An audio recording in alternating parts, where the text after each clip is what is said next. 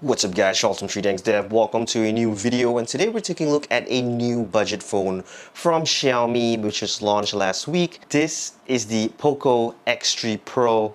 So how would I describe this Poco X3 Pro?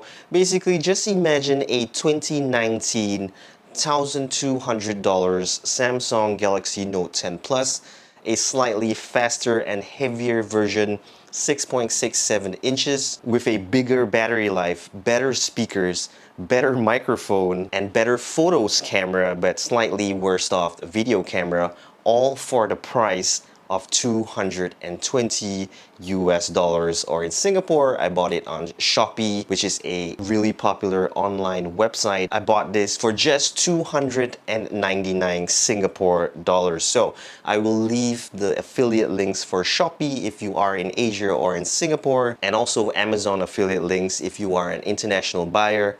Please use the affiliate links below and help support this channel. So this Poco X3 Pro uses Corning Gorilla Glass 6, has HDR10, 33 watts fast charging, dual speakers, Bluetooth 5.0, face and fingerprint unlock, and 4 cameras, a 48 megapixels main camera, and then the ultra wide, the macro, and also the depth sensor camera. Of course, for its cheap price, several sacrifices were made, and the biggest sacrifice would be the screen resolution, and also this is only IP53, which means is that it's not water resistant, it's only splash and dust proof. And of course, the front facing camera can only shoot 1080p 30 frames per second, and the back camera, even the main camera, cannot shoot at 4K 60 frames per second. But I guess majority of the mobile phone cameras in the market can't do 4K 60 frames per second as well, but it does do 4K 30 frames per second, and it has a log format which is unbelievable for a cheap $220 camera.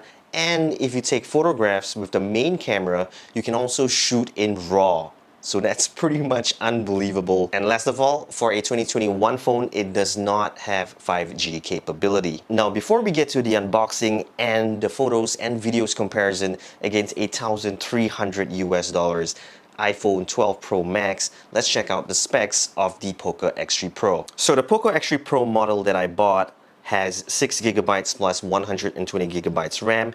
It uses a Qualcomm Snapdragon 860 chipset, which is actually Qualcomm's flagship 2021 chipset for 4G phones. It also uses the Qualcomm Creo 485 octa-core CPU of up to 2.96 gigahertz. It uses the Qualcomm Adreno 640 GPU. It has UFS 3.1 ultra-fast storage, liquid cool technology plus 1.0. It is 6.67 inches and weighs in at 215 grams. And battery life is extremely big as well, coming in at 5160 milliamps, and it has a 33 watts fast charging, which is even more impressive than the 27 watts fast charging found on the Samsung Note 10 and the Note 10 Plus. It has 5 different cameras, the main camera being 48 megapixels at f1.79, and it can shoot RAW. And for the videos on the main camera, you can shoot up to 4K 30 frames per second, and you do have the option for log as well. On the ultra wide angle camera, you have 8 megapixels at f2.2. On the macro camera, you have 2 megapixels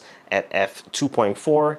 On the depth camera, also 2 megapixels f2.4, and on the front facing camera, or basically the selfie cam, 20 megapixels f2.2, and video can go up to 1080p 30 frames per second. So a lot of stuff crammed into a budget $220 phone. Can you believe it, guys? Extremely mind-blowing. I've been using it for a while and it's pretty fast. I'm currently using the Samsung Galaxy Note 10, and I can say that it's pretty much very similar to that in terms of the speed and watching videos with its brilliant dual speakers. Actually quite comparable even to the speakers, the surround dual speakers on my iPhone 12 Pro Max. So unbelievable stuff. So right now, before we get to the photos and video comparisons against the iPhone 12 Pro Max, let's check out what's inside the box.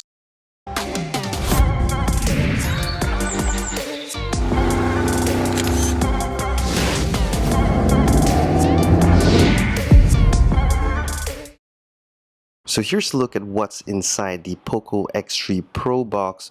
When you open it up, it comes with this yellow box where you open up, And inside is the pin over here, and they also come with the warranty card and the user guide, and also comes with a jelly case, so that's really nice.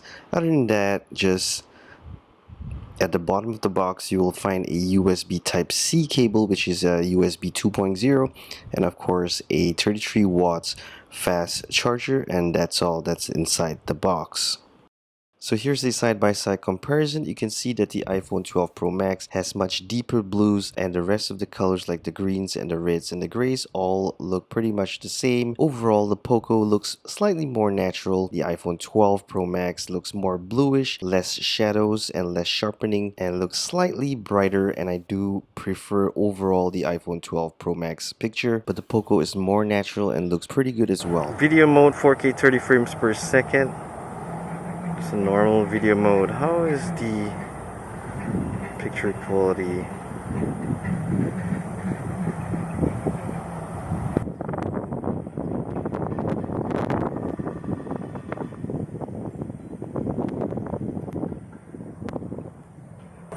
Is it any good? How's the field of view?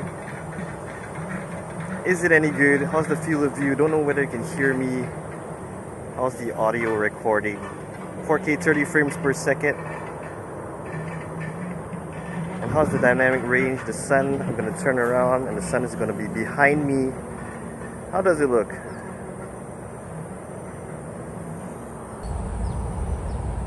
So this is 4K 30 frames per second. How does it look?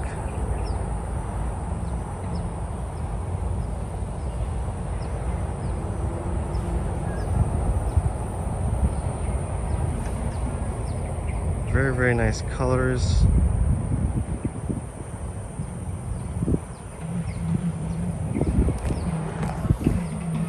Alright, so iPhone 12 Pro Max, how does it look? Does it look better than the Poco X3 Pro? 4K 30 frames per second, but this can shoot 4K 60 frames per second, unlike the X3 Pro, which can only shoot up to 4K 30 frames per second. Now we are backlit. How does it handle? And now we're going to swap over to the ultra wide angle lens.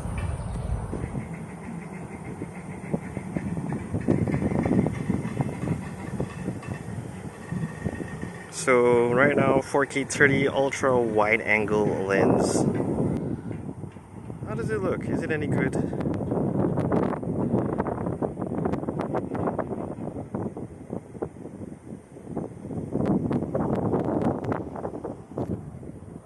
Okay, so right now 4K 30 frames per second ultra wide angle lens. How does it look? Is it good? Nice colors? Natural colors? Backlit right now. How's the dynamic range? Is it any good? It's really hot and bright out here right now.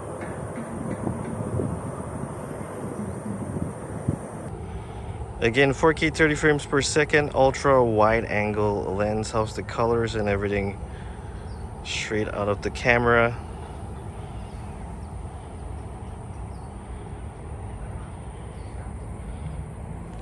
It's burning out here.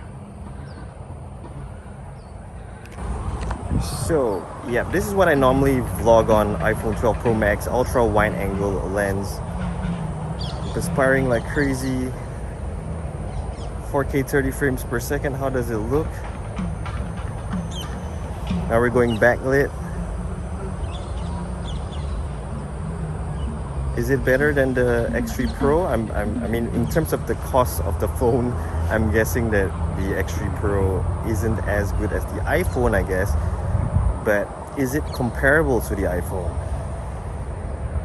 In really bright areas, the Poco seems to reduce its exposure, which increases the shadows, and the whole image looks a lot darker and warmer. I'm guessing there's less dynamic range on the Poco, but the iPhone 12 Pro Max still maintains its really nice image. One thing that I really like about the Poco's gallery is that they clearly indicate which images are shot in RAW, which images are shot in log, and even which images are shot in portrait mode. And just like the iPhone, you can actually adjust how much bokeh that you want on your image, and goes all the way down to f1.0, and they do really excel a lot better than the iPhone 12 Pro Max's portrait mode. You can see around the edges of the camera is much sharper even at f1.0 and looks better even than the iPhone 12 Pro Max. Here's a side-by-side look between the Poco X3 Pro 4K 30 frames per second in log format against the iPhone 12 Pro Max 4K 30 using Filmic Pro Log V2, and here it is using MLUTs using the BMCC Film version 4 color grade, just as an example.